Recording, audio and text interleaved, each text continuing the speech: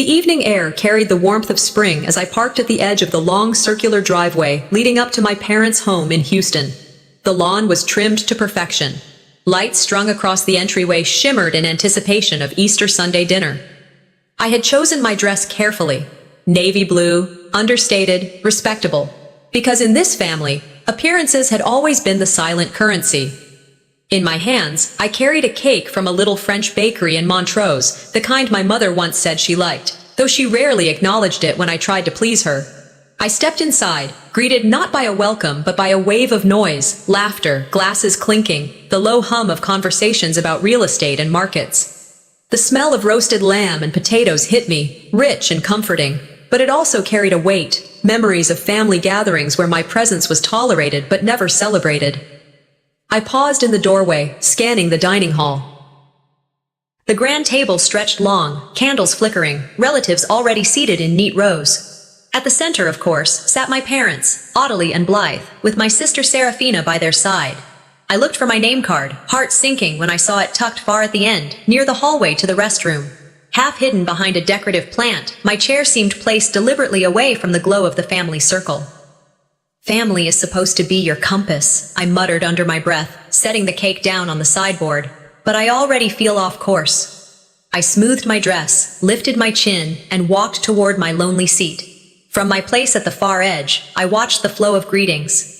Cousins from Dallas arrived, greeted with wide arms and long embraces. Uncles slapped nephews on the back, their laughter echoing like old fraternity brothers. When I finally crossed the room, my mother barely looked up. "Oh, you're here," she said, eyes already darting back to the cousin she had been speaking with. "Put that cake on the counter." I did as she asked, forcing a smile though no one noticed. Serafina's laugh rang out across the table. She was surrounded, soaking in compliments about her dedication to the company. I heard my aunt say, "She really has the head for business, just like your father." I bit the inside of my cheek. Sliding into my chair by the restroom, I tried to ignore how symbolic it felt. The placement screamed what I already knew, out of sight, out of mind. Dinner began. Platters of food passed around like currency of approval. Conversation flowed easily at the center of the table. "The market's been strong," my uncle declared. "I just closed on a second home in Galveston." Someone else chimed in about their portfolio, another about their children's private schools.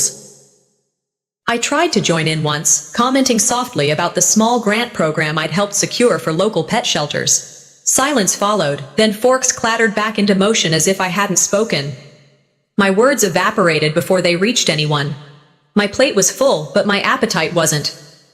Wine glasses clinked, toasts made for cousins' promotions, Serafina's efficiency, even a neighbor's small achievement. None were raised for me. I sat with my hands folded in my lap, rehearsing invisible comebacks that never left my mouth. You can be in the room and still feel completely alone, I thought, forcing down a bite of lamb that tasted like sawdust. Then my father stood. His presence commanded silence, and within seconds, the room obeyed. Blythe lifted his glass high, his booming voice carrying across the table. "Our family," he declared, "has always been built on strength and legacy. Tonight, I'm proud to say that this legacy is in capable hands. From this day forward, the future of Walker Co. belongs to Serafina." Applause thundered immediately, rehearsed and eager. I swallowed hard, heart thudding as I clapped weakly, feeling the sting of exclusion tighten around my chest. "And unlike her sister," my father continued, his voice dropping into a tone of mockery, "who wastes her time in that useless, dirty little career, Serafina understands what it means to honor her family." Laughter rippled across the room, some nervous, some genuine. I felt my cheeks burn. My fork trembled in my hand under the table, the metal cold against my palm. I willed myself not to cry, not here, not in front of them. Serafina basked in the applause, smiling graciously as if she hadn't stolen every ounce of recognition that should have been shared. My mother's eyes glowed with pride. My father's words hung in the air like a verdict, final and cruel. I glanced back at my chair, the one shoved against the restroom hallway, the one nobody wanted to sit in. People passed by me constantly, servers carrying trays, guests excusing themselves to use the bathroom. I was literally placed where the traffic flowed, like an afterthought, like a guest at my own table. My mother avoided my gaze. My father continued to toast, his arm draped proudly around Serafina's shoulders. In that moment, it struck me. They hadn't just forgotten me, they had written me out. I whispered inside, steady but sharp. Maybe I was never meant to sit at this table. That night, humiliation tasted sharper than the wine in my glass, and I knew this wasn't something I could swallow quietly again. After my father's cruel toast, I sat frozen in my chair, the laughter still echoing down the long table. I told myself to breathe, to keep my head upright, to let the sting fade. Around me, plates shifted, wine refilled, and chatter rose again as if nothing had happened. I folded my napkin carefully on my lap, reminding myself that even if I was invisible, small gestures might still count. I thought about the cake resting on the counter, a cake I had driven across town to buy from a bakery in Austin because my mother once said she liked their mousse. Maybe that single act of thoughtfulness could soften something in her tonight. I kept glancing at it, hoping someone would notice and bring it forward. Serafina's voice carried over the hum of conversation, bright and effortless. She was glowing under the light, laughing with a cousin who leaned close to hang on her every word. My seat by the restroom door felt more absurd with every passing moment. Yet I clung to the thought, sometimes love shows up in small gestures. Maybe, just maybe, they would see mine. It happened quickly, almost casually. My mother finally noticed the cake, but not because of me. Serafina walked to the counter, lifted the box, and set it down in front of everyone. "Oh, Serafina," my mother exclaimed, her voice louder than it had been all night. "You always think of me. You're so thoughtful." Applause broke out around the table. Relatives nodded, smiling, even clapping for her. I stared at the cake, my hands gripping the table edge so hard my nails dug into the wood. I opened my mouth, ready to correct the mistake, but the chorus of approval drowned me out. "That's why she's the future of this family," my father added, raising his glass once more. The cheer returned, louder than before. My stomach twisted. The cake, my gesture, my effort, gone. Credit neatly folded into Serafina's image of perfection. I sat still, the heat rising into my cheeks, forcing myself not to speak. Across from me, an uncle leaned toward his wife and whispered, "She's really remarkable, isn't she? Always going the extra mile." I caught Serafina's eye. She held my gaze for a brief second, then smiled smugly, as if she knew exactly what she had done. Sometimes silence screams louder than words, I thought, swallowing down the protest that burned in my throat. As dessert plates were cleared, waiters distributed glossy brochures across the table. The cover bore the bold title, "The Future of Walker Co." My father's pride was practically audible as the booklets were passed out like trophies. I opened mine carefully, my eyes scanning quickly for my name. At first I didn't see it. Page after page showed Serafina's face, posed with executives smiling in tailored suits, photographed in the gleaming offices of the company. The caption read, "Next CEO." Finally, on the last page, in the staff section, I found it. My name, Dimity Walker, listed beneath a heading marked, "Assistants." My chest tightened, the air heavy in my lungs. I had never been hired by the company, never paid by it. But somehow they had found a place for me at the very bottom. My cousin sitting next to me leaned over, chuckling uncomfortably. "At least they spelled your name right," he murmured, flipping his own copy closed. I stared at the page, unable to move. It felt like reading my own obituary, like watching history being rewritten while I was still alive. My family had managed to reduce me to a footnote. I whispered under my breath, low enough that only I could hear. They rewrote history and left me a footnote. The voices around me swirled, relatives commenting on Serafina's leadership, her intelligence, her sacrifices. Each word pushed me further into a hollow space, detached from the clinking glasses and polite laughter.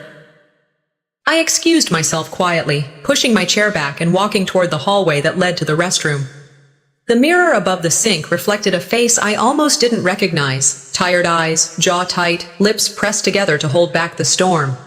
"I can't let them define me like this," I whispered to my reflection. "Not anymore." Images flooded my mind.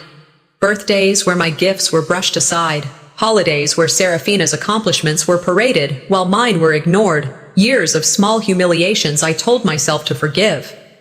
It was no longer possible to see these as oversights. This was deliberate, intentional, a pattern designed to erase me. I leaned against the counter, staring harder at my reflection. I looked weary, but behind the exhaustion, a quiet fire burned. I thought of a quote I once read. "The best revenge is massive success." Sinatra's words echoed in the bathroom's silence. For the first time that evening, my lips curved into something close to a smile, not of joy, but of resolve. When I returned to the table, the banquet looked different. It wasn't brighter or louder. It was simply clearer. To them, I wasn't part of the family. They had already erased me, already built a future that didn't include my name. I sat back in my seat, hands resting calmly on the table, my heartbeat steady. They believed I was invisible, expendable, someone to push to the edge of the room and the margins of their story. But something inside me shifted. Anger had always been there, but now it had direction, a shape, a purpose. They thought they had written me out, I said to myself silently, looking down the long stretch of the table to where Serafina sat, basking in praise. They didn't realize I was just beginning to write my own story. The memory still comes to me in fragments. The smell of old cigar smoke, the weight of silence inside my father's office, and the sight of polished mahogany that had always symbolized permanence. It was a year before the banquet, but the sting of that day carried into everything that came after. I walked in expecting to witness my place secured, my name inked on the documents that were supposed to carry our legacy forward.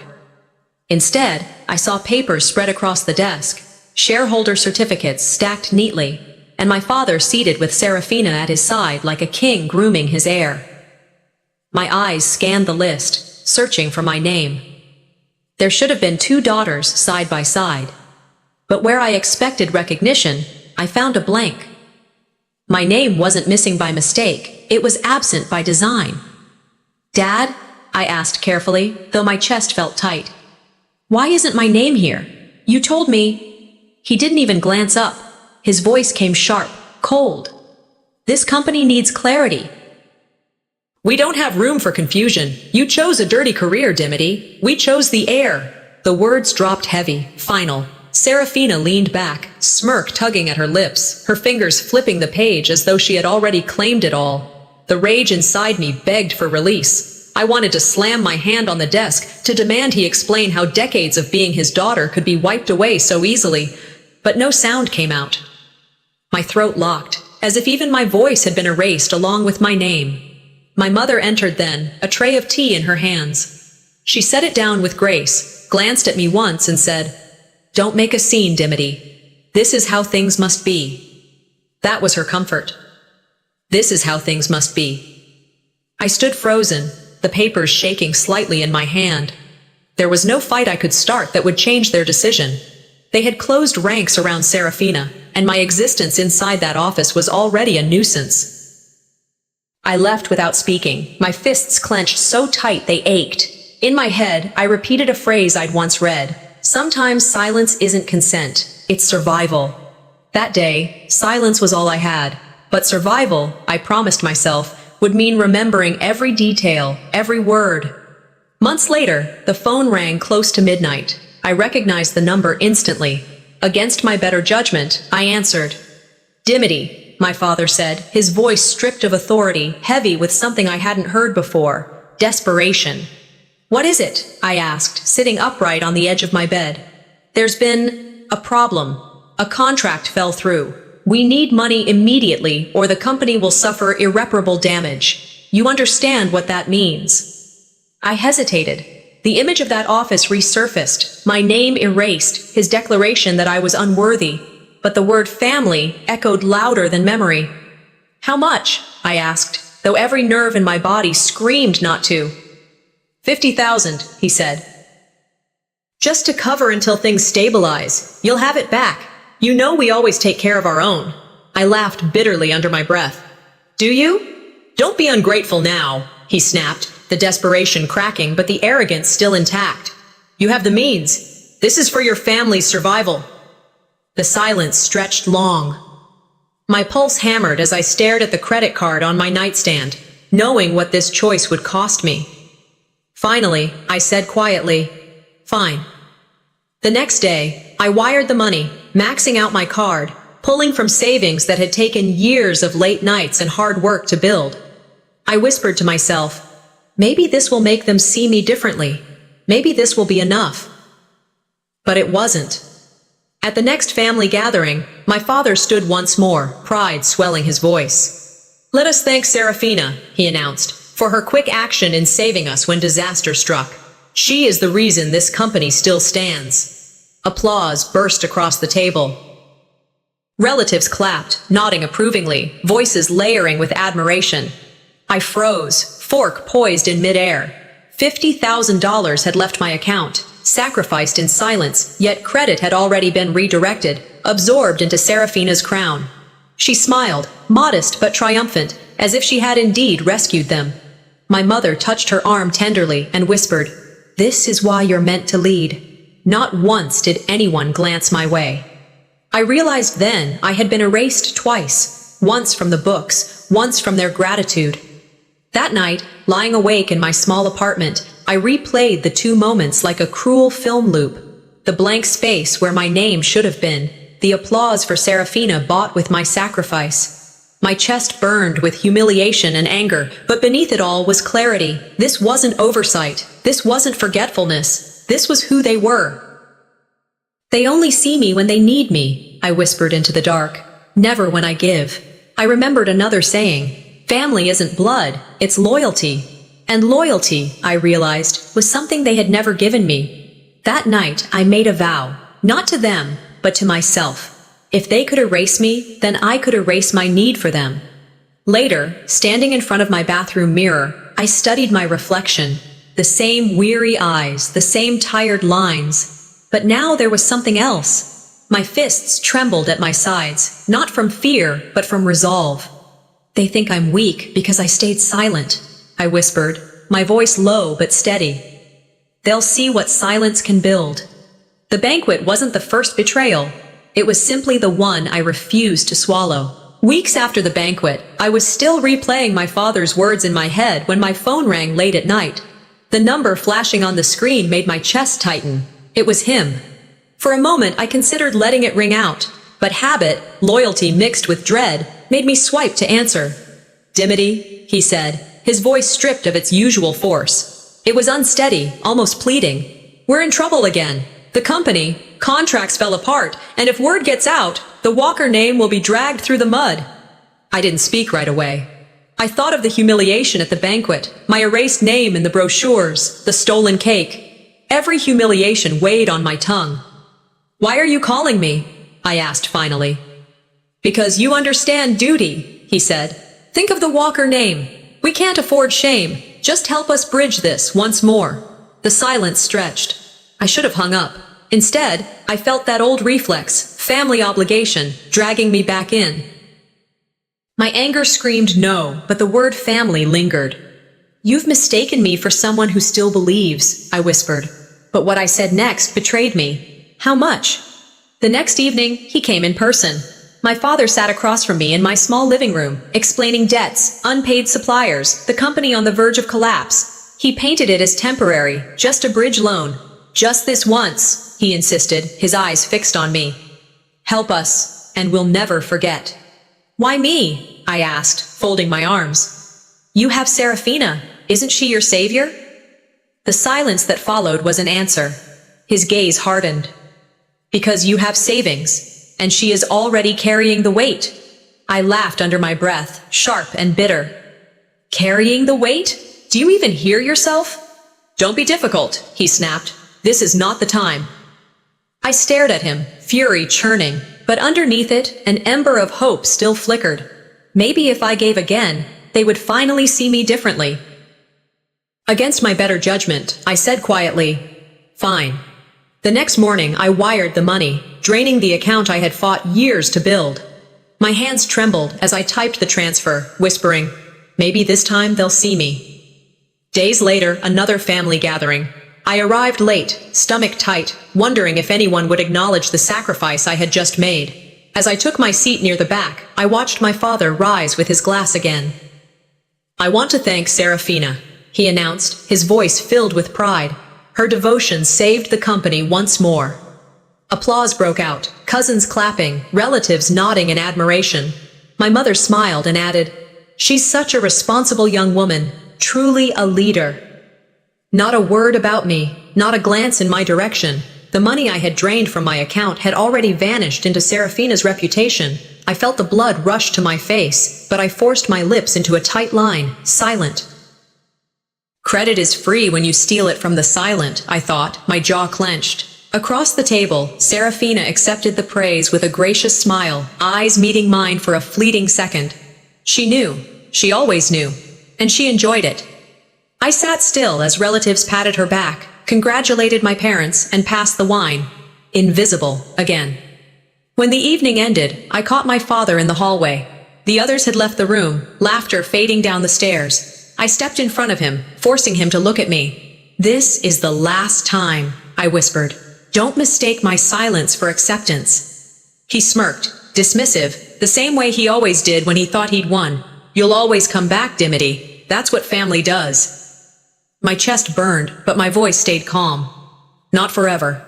He chuckled lightly, shaking his head as if I were a child throwing a tantrum. But I had given my warning, even if he didn't hear it. That night, I sat in front of my computer, staring at the drained balance on my bank account. The numbers glared back at me, cold and merciless. In my mind, I saw again the smirk etched on my father's face. "They've mistaken my patience for weakness," I whispered into the quiet of my apartment. "One day, that mistake will cost them everything." I had warned them. But warnings mean nothing to those who never listen. A few weeks after I had wired the money, an invitation came for another family dinner. My stomach knotted when I read it, but I told myself I would go. Part of me still wanted, despite everything, to be seen, to be acknowledged, maybe even thanked. Foolish, perhaps, but the ember of hope hadn't fully died. The house glowed with warm lights when I arrived, laughter spilling out the windows before I even rang the bell. Inside, the table stretched long again, candles flickering, silverware polished to perfection. My mother greeted me with a brief nod, barely a smile, and guided me toward my seat, again placed far from the center, tucked away at the edge. I tried to swallow my disappointment as I sat down. Around me, conversations already circled Serafina. My father leaned proudly toward a guest, praising her judgment, her sacrifices for the company. The words pricked me like small thorns, steady and sharp. I reached for the breadbasket, forcing myself to chew calmly, though the taste turned to ash in my mouth. I knew better than to expect recognition, but still, that tiny sliver of hope gnawed at me. Throughout the dinner, the comments kept coming, subtle but heavy as stones. "She's the responsible one," my uncle declared, lifting his glass toward Serafina. "Always stepping up for the family." "Yes," my aunt chimed in. "I don't know what they'd do without her." My mother nodded along, her smile wide and proud, while her eyes never strayed toward me. I clenched my jaw, my nails biting into my palm under the table. Every sacrifice I had made, every dollar I had given, had been swallowed whole and buried under silence. I felt like an outsider in my own bloodline, sitting in a house I had grown up in, listening to a narrative rewritten without me. Respect isn't given. It's stolen if you're too quiet, I thought bitterly, watching my sister tilt her head modestly, soaking in their applause. I pushed food around my plate, appetite gone. My silence was heavy, but my pride kept me from breaking it too soon. Eventually, the weight of their praise pressed too hard against my ribs. I cleared my throat, speaking softly but firmly. "I helped too, you know. It wasn't only Serafina." The room fell still for a heartbeat. My father's head turned sharply toward me. His face hardened, his eyes narrowing. "You?" he barked, his voice slicing the air. "You pick up after animals. That's not a career, Dimity. That's garbage." The words dropped like stones into the silence. Forks froze mid-air. Chairs creaked as relatives shifted uncomfortably. Some lowered their eyes, unwilling to meet mine. Others smirked faintly, enjoying the spectacle. Across the table, Serafina smirked openly, lips curved in satisfaction. My father leaned back, his tone booming with authority. "If you had followed our path, the company would be yours. Instead, you chose filth. Don't dare to compare yourself with Serafina." The humiliation stung like fire crawling up my throat. My chest tightened, my hands trembled against the table, but the trembling wasn't fear anymore. It was fury. I took a slow breath, forcing my body still. My voice came out calm, steel hidden in its edges. "If my work is garbage," I said, my eyes locked on my father, "then garbage saved you when you were drowning in debt." A murmur rippled down the table. My father's face darkened, but I didn't stop. "You never asked how I built my career. You never cared that I never took a dime from you. I earned everything I have, alone. And yet, you owe me more than you'll admit." The room was thick with silence. Only Serafina's scoff broke it, sharp and dismissive. "You sound bitter," she said coolly. "Maybe you should be grateful Dad still lets you sit at this table." I turned to her, my voice steady. "Gratitude is earned, not demanded. And if truth sounds bitter to you, maybe it's because it cuts too close." The air bristled with tension. My father's hand slammed against the table, glasses rattling. "Enough! You dare lecture me in my own house?" I leaned forward, my tone unwavering. "The truth doesn't need volume, it needs courage, and I won't swallow it anymore." The silence afterward was deafening, heavy with consequences no one dared to name. I stood, pushing my chair back. My chest rose and fell quickly, but my head was high. I turned toward the door, steps deliberate. Behind me, my father's voice rang out, shrill with rage. "Walk away if you dare, Dimity. You'll regret it." I didn't turn back. I didn't give him the satisfaction of seeing hesitation. As I crossed the threshold, I realized something sharp and certain. Regret was already theirs. They just didn't know it yet. Weeks after that disastrous dinner where my father had called my work garbage, I received an email from him. The subject line glowed on my screen in bold. "Your place in the family is secured." My pulse quickened as I opened it. The words inside promised that once the next deal closed, I would be given my rightful share, that my sacrifices and loyalty hadn't gone unnoticed. I read it twice, printed it out, and even set the paper carefully on my desk. For years I had lived on crumbs, small gestures, empty words, the occasional glance that hinted at hope. This felt different. This was written proof, tangible acknowledgement that maybe, just maybe, my father still saw me. But a month later, when I returned to the shared family account where that email had been stored, it was gone, deleted, erased as though it had never existed. I confronted him over the phone, the printed copy in my hand. "Dad, I have the message. You wrote it."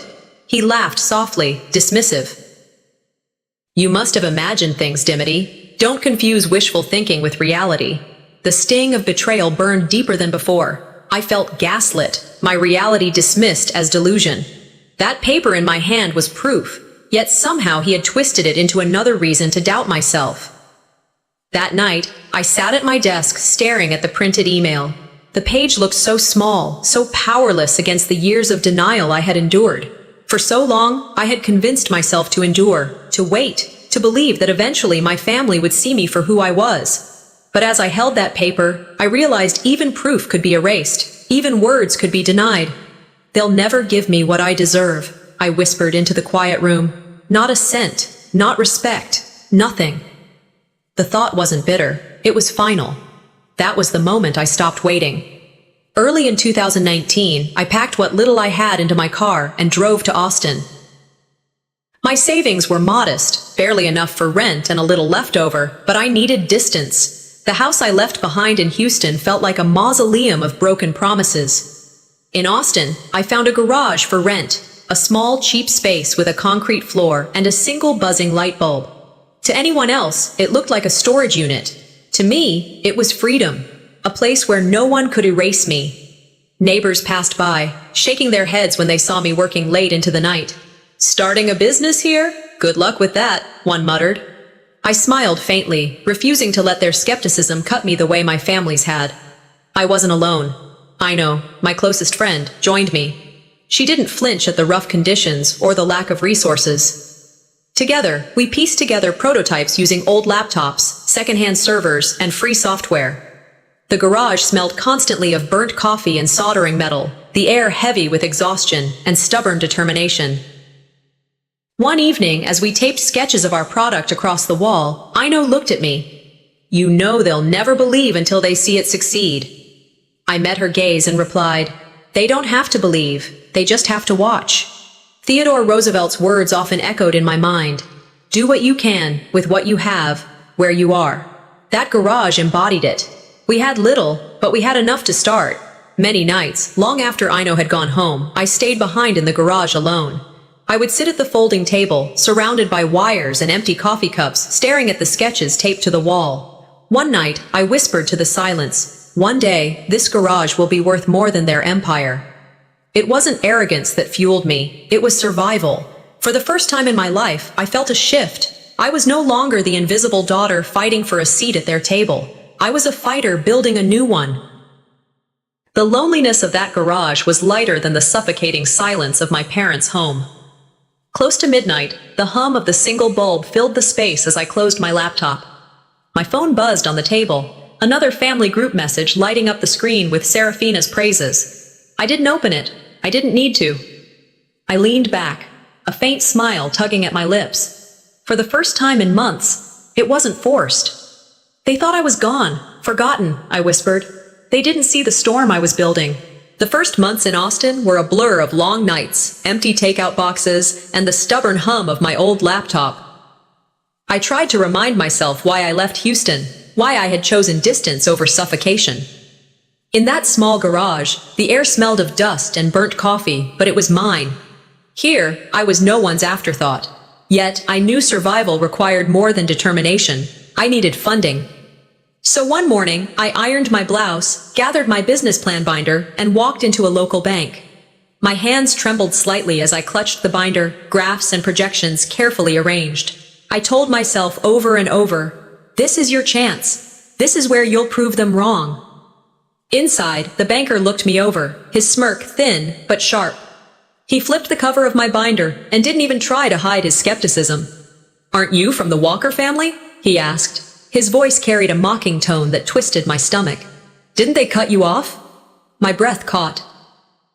It felt as if my family's dismissal had followed me, a shadow I couldn't shake. "I'm here to talk about my company," I replied, forcing my tone steady.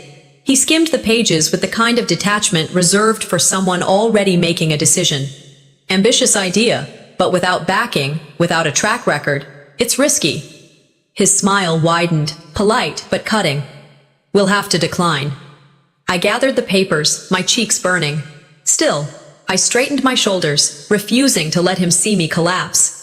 As I walked out into the Texas heat, I whispered to myself, "Every no brings you closer to a yes." That evening, drained but restless, I scrolled through Facebook. And there it was, a post from a distant relative. "She's playing entrepreneur," it read. "Let's see how long until she comes crawling back."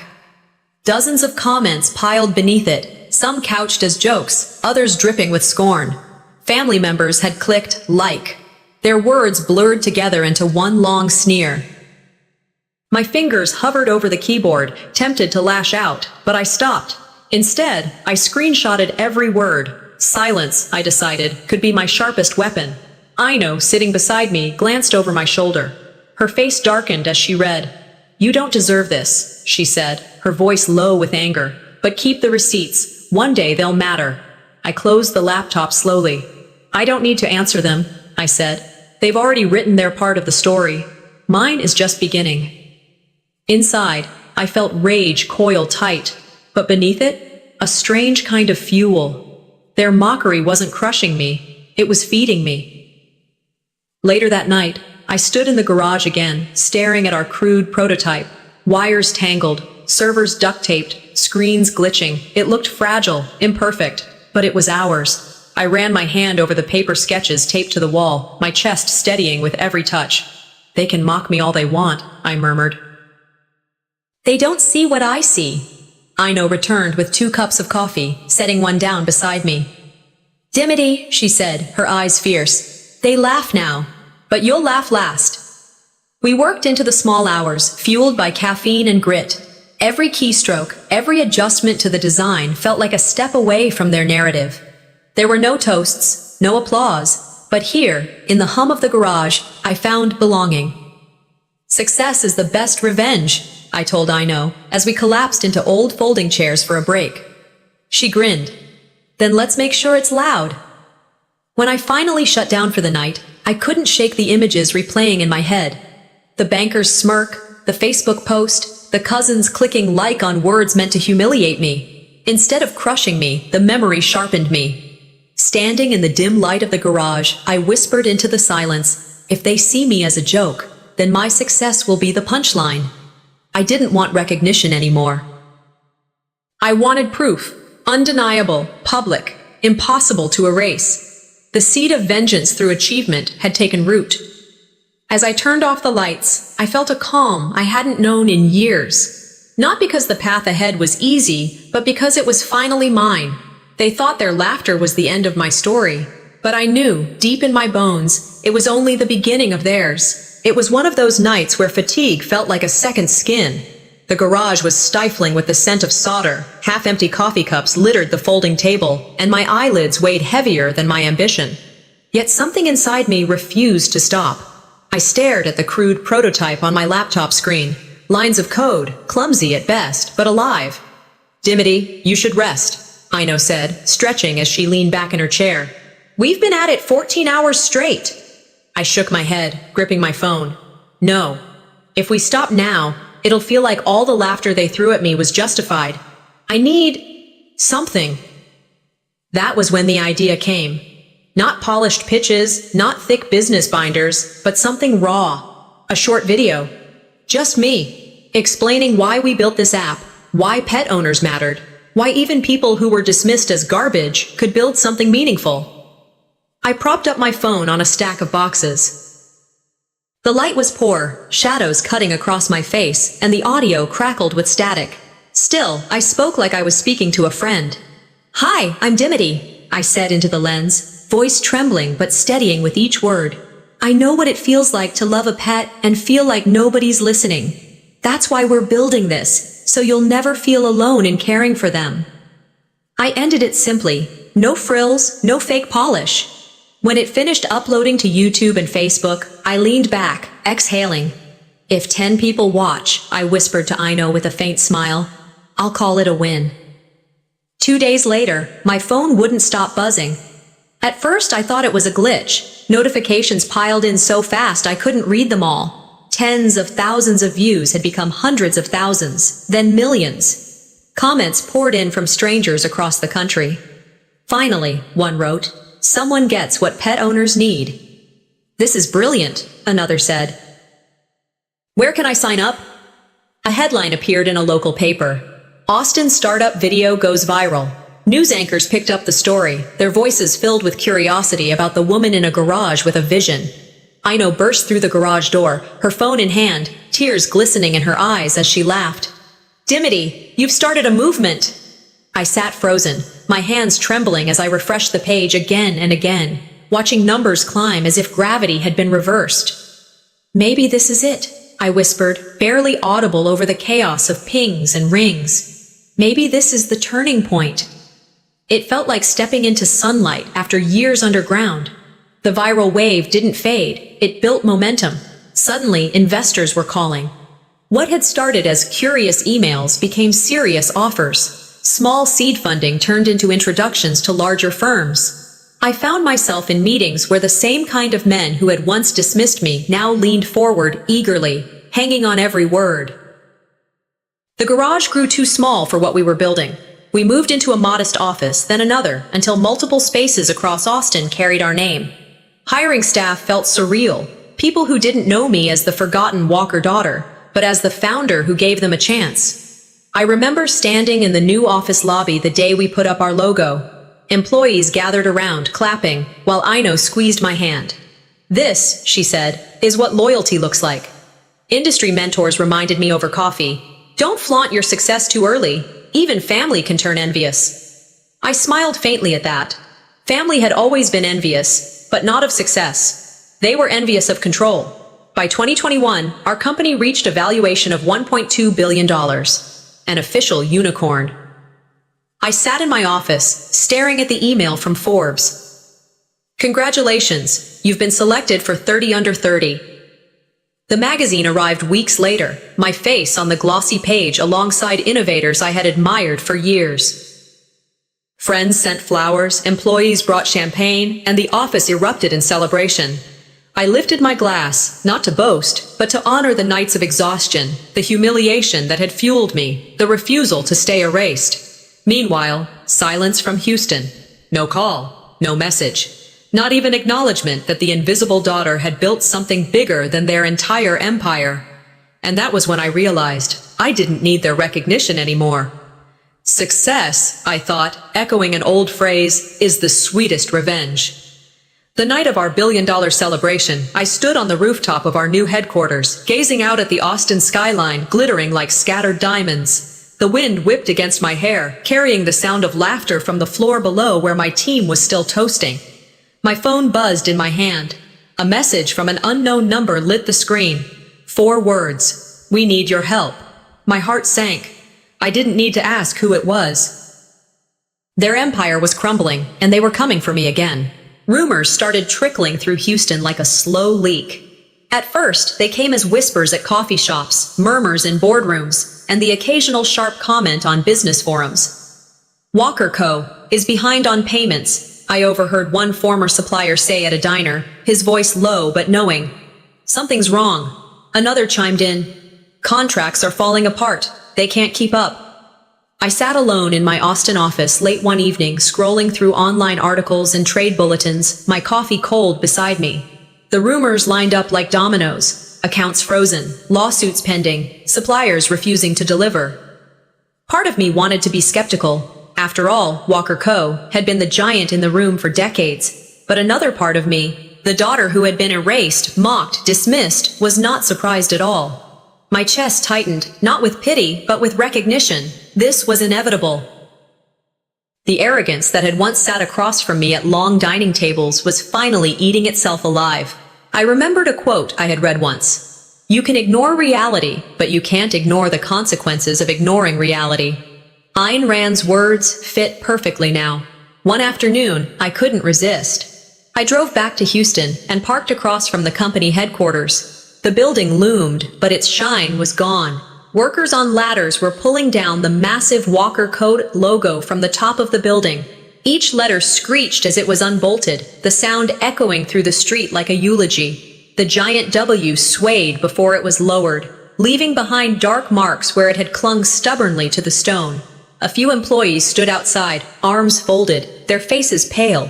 I overheard their conversations. They haven't paid us in weeks. My health insurance, gone, just like that. They kept promising things would turn around. Lies. All lies. Serafina's sleek car was still in the lot, but it was empty, its presence mocking what was left of her reign. I leaned against my car, watching the logo come down piece by piece. My breath left me slowly. They erased me, I whispered, and now the world erases them. It wasn't gloating. It was justice dressed in inevitability. The next morning, headlines screamed from every corner of Houston. Family empire collapses under mismanagement. Walker legacy in ruins. Photographs showed auctioneers preparing to liquidate assets, signs taped across the once glossy doors, closed until further notice. I sat at my kitchen counter in Austin, sipping coffee. The paper lay spread before me. Serafina's smiling face printed large from an old publicity shot, now paired with captions describing failure. My hands moved deliberately as I cut out the article with scissors and slipped it into a folder labeled Receipts. I had kept so many. Emails, brochures, newspaper clippings. This one felt like the crown jewel. Ina walked in, pouring herself a glass of water. "Reading the morning obituaries?" she asked, glancing at the article. "Something like that," I said, tapping the paper. She shook her head. "What's done in the dark always comes to light." I nodded, quiet but resolute. Their fall was no accident. It was the direct harvest of seeds they had planted with arrogance and greed. Watching their empire unravel didn't bring me joy the way I once thought it might. It brought clarity. I thought back to the years of my father calling my career filth, my mother's careful words that masked favoritism as fairness, Serafina's smug glances when credit was stolen. They had built their house on a foundation of denial, and now it was crumbling under its own weight. I understood then. Revenge wasn't about screaming at them across a dinner table or demanding apologies they would never mean. Revenge was simply living long enough to see the tables turn. I poured another cup of coffee, the steam rising in the morning light, and whispered to myself, "The best revenge is not to be like your enemy." Marcus Aurelius had said that, and I felt it resonate deep in my bones. I had chosen a different path. They had chosen theirs. That night, as the city lights blinked outside my window, my phone buzzed. For a second, I thought it might be another news alert, but it wasn't. The message was short, desperate. "We need you, please." I let it sit there, screen glowing in the dark, unread. My eyes turned back to the skyline, tall and bright, where my own company's logo now glowed. Their collapse wasn't the end. It was only the beginning of their desperation. The knock came just as I was wrapping up emails in my home office. It was late, too late for visitors, and the pounding was insistent, rattling through the quiet of my Austin townhouse. I froze halfway to the door, already knowing. The sound had weight. It wasn't a neighbor, it wasn't a friend. When I opened it a crack, the night air spilled in, carrying with it three figures I knew all too well. My parents stood in the porch light, worn and pale, their once proud faces etched with desperation. Behind them was Serafina, her posture stiff, eyes darting with a frantic energy I had never seen in her before. My father spoke first, his voice stripped of its booming authority. "Dimity, we need your help. The company can still be saved if you give us something, just a few millions to steady it." My mother clutched her pearls, her voice breaking. "Think of the family name, darling. Don't let it disappear. This isn't about us. It's about preserving who we are." I stepped into the doorway, blocking it with my body, arms folded. For the first time in years, the power shifted. They were on the outside, and I was inside.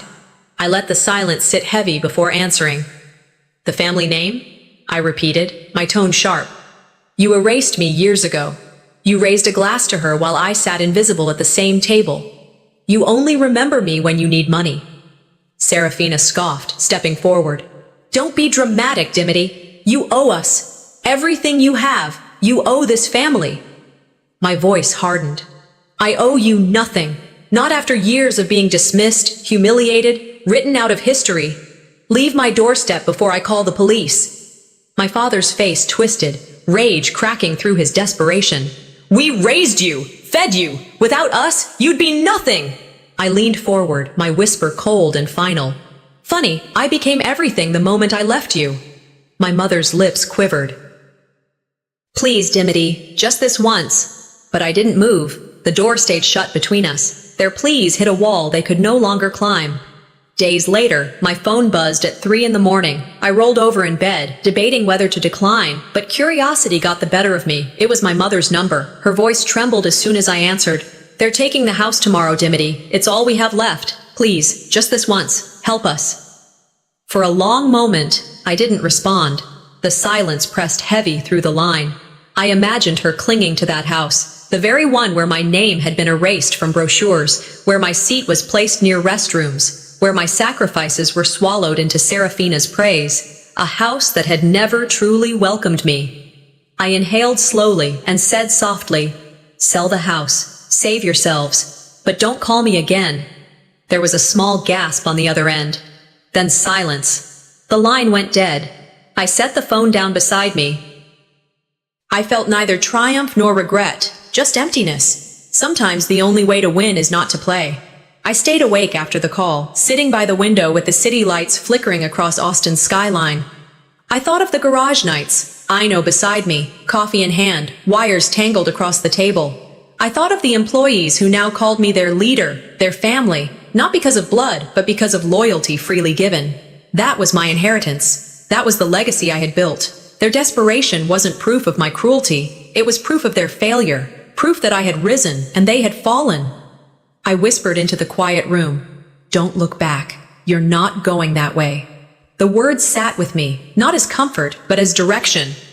Just as I started to drift to sleep again, my phone lit up, not with a call this time, but with a notification. I unlocked it and stared. Serafina had posted a long tirade online. Her words painted me as the villain who abandoned her family, who let them sink when I could have saved them. Comments piled below the post. Strangers weighed in, some condemning me, others pitying her. The tide of judgment swirled around my name, people who knew nothing of the truth casting stones. Their desperation had turned to slander. And I knew then, I couldn't stay silent anymore. After Serafina's smear campaign online, I knew silence could no longer shield me. For years, I had convinced myself that ignoring them was strength, that my independence spoke louder than their lies. But watching strangers echo her words, calling me ungrateful and cold, I realized the truth. Silence had become a weapon they wielded against me. I spent evenings in my office gathering documents, financial records, proof of payments I had made, screenshots of every false story, contracts that carried my name, all the receipts of what I had endured. It wasn't about the money, it was about reclaiming the truth. My employees noticed my distraction and gathered around me one evening. "Dimity," one of them said gently, "you don't owe them anything. You've given enough." I looked up from the pile of papers and answered softly, "I'm not doing this for them. I'm doing it for me." The calm I felt was unsettling, like the quiet before a storm. I knew something was coming. It didn't take long. A week later, the pounding at my door returned. I opened it to see my parents, with Serafina standing defiantly behind them. The desperation in their eyes had soured into accusation. My father wasted no time. "Sign the check, Dimity. The family name must survive. If you care about us, you'll do it." I reached into the folder at my side and pulled out a check I had prepared days earlier. I held it up for them to see, then tore it down the middle with steady hands, the paper ripped clean, the sound sharp in the night air. "This," I said evenly, meeting my father's stunned gaze, "is the last check you'll ever see with my name on it." My mother gasped, clutching her chest. Serafina's face twisted with fury, her mouth opening and closing like she couldn't find words. "You can't light yourself on fire to keep others warm," I added, my voice like steel. "I've burned enough for this family." The silence that followed was thick. My father's face turned red, his fists clenching at his sides. "You'll regret this," he spat. I closed the door firmly, turning the lock with a final click. For the first time, I felt the finality of it settle inside me like a weight lifted. Weeks later, I was summoned to Houston for bankruptcy proceedings. I considered refusing, but something in me needed to witness it. The courthouse was stark, the marble floors echoing beneath every step. I walked into the room, my heels clicking against stone, and saw him, my father. He sat hunched, his shoulders slumped, his face drawn and pale. The booming voice that had once commanded rooms was gone. The judge read the verdict with steady authority. Assets seized, debts confirmed, bankruptcy filed. My father didn't look up. He lowered his head, his hands trembling on the table. For the briefest moment, his eyes lifted and met mine. There was no anger in them, no fire, only defeat. I felt no pity, only closure. I remembered a line I once read, "The mighty fall not by force, but by their own weight." It had never rung truer. Serafina sat beside him, her jaw tight, refusing to meet my eyes. My mother dabbed at her cheeks with a crumpled tissue, her pearls dull under the courthouse lights. I walked out when it was over, the sound of the gavel echoing behind me like the closing of a chapter that had begun long before. Outside, the Texas sun hit my face, and I breathed deeply. I thought of the years of humiliation, of empty promises, of stolen recognition, and I whispered, "This was never about money. It was about respect, and I earned mine without you." My father's collapse in that courtroom symbolized the final break. I no longer carried their judgment on my shoulders. It had crumbled and fallen back onto them. My strength wasn't reaction anymore. It was independence. That evening, back in Austin, my team gathered in the office. Laughter and warmth filled the room as they raised glasses, their faces glowing with loyalty and trust.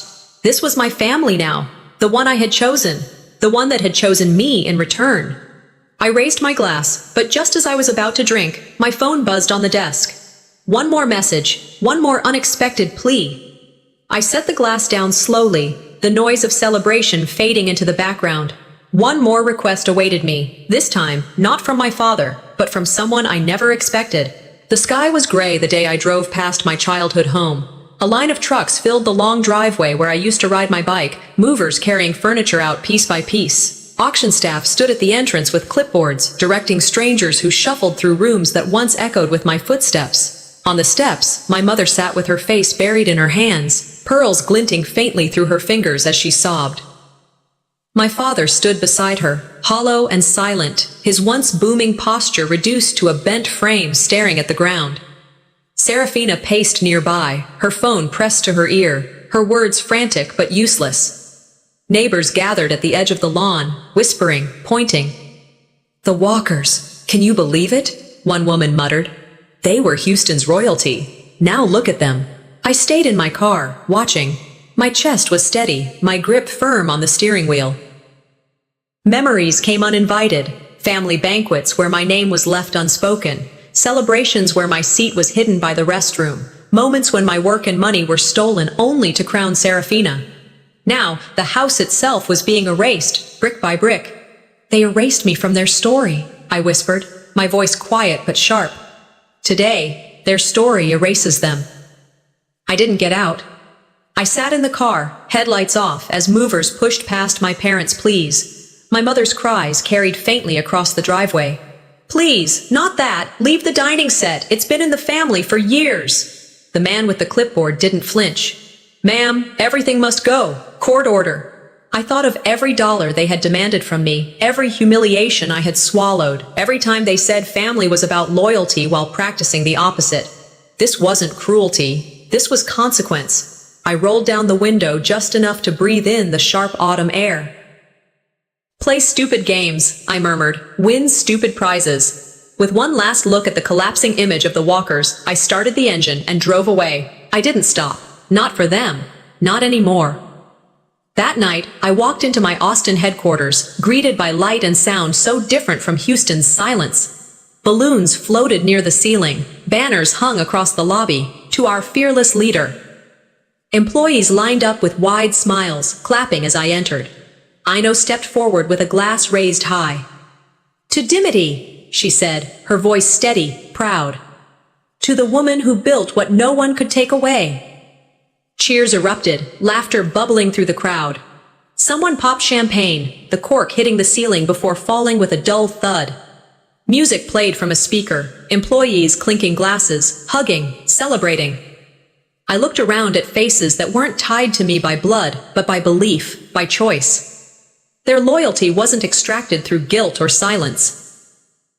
It was offered freely, and it filled the room with warmth I hadn't known in years. For the first time in a long time, I felt belonging without conditions. "Family isn't always blood," I said as I lifted my own glass. "It's the people who show up." The room roared in agreement. My chest swelled, not with pride, but with peace. Later in the evening, a photographer called us together. "One photo to mark the milestone," he said, ushering us into a group. We stood close, arms linked, faces lit with joy. The camera clicked, the flash bright against our tired but glowing expressions. A few days later, that photo was framed and hung in the lobby of our headquarters, right where clients, investors, and newcomers would see it first. I stood in front of it alone one morning, staring quietly. To anyone else, it was just a picture of a team. But to me, it was proof. The old family portrait that had erased me, cropped me out, dismissed me, was gone from my mind. In its place was this. "This," I whispered softly, "is the only family picture that matters." It wasn't nostalgia. It was closure. As the night wound down, I found myself on the rooftop of our headquarters, the Austin skyline glittering like a field of stars. Laughter drifted upward from the party below, muffled but steady. The air was crisp, filled with the promise of beginnings rather than endings. I looked out across the city, the weight of the past slipping away like shadows at dawn. My family had lost everything, consumed by arrogance and favoritism. But I had gained more than they could ever imagine. "I don't need their legacy," I said aloud to the night. "I built my own." And with those words, I closed the chapter. That was the end of their empire, and the beginning of mine.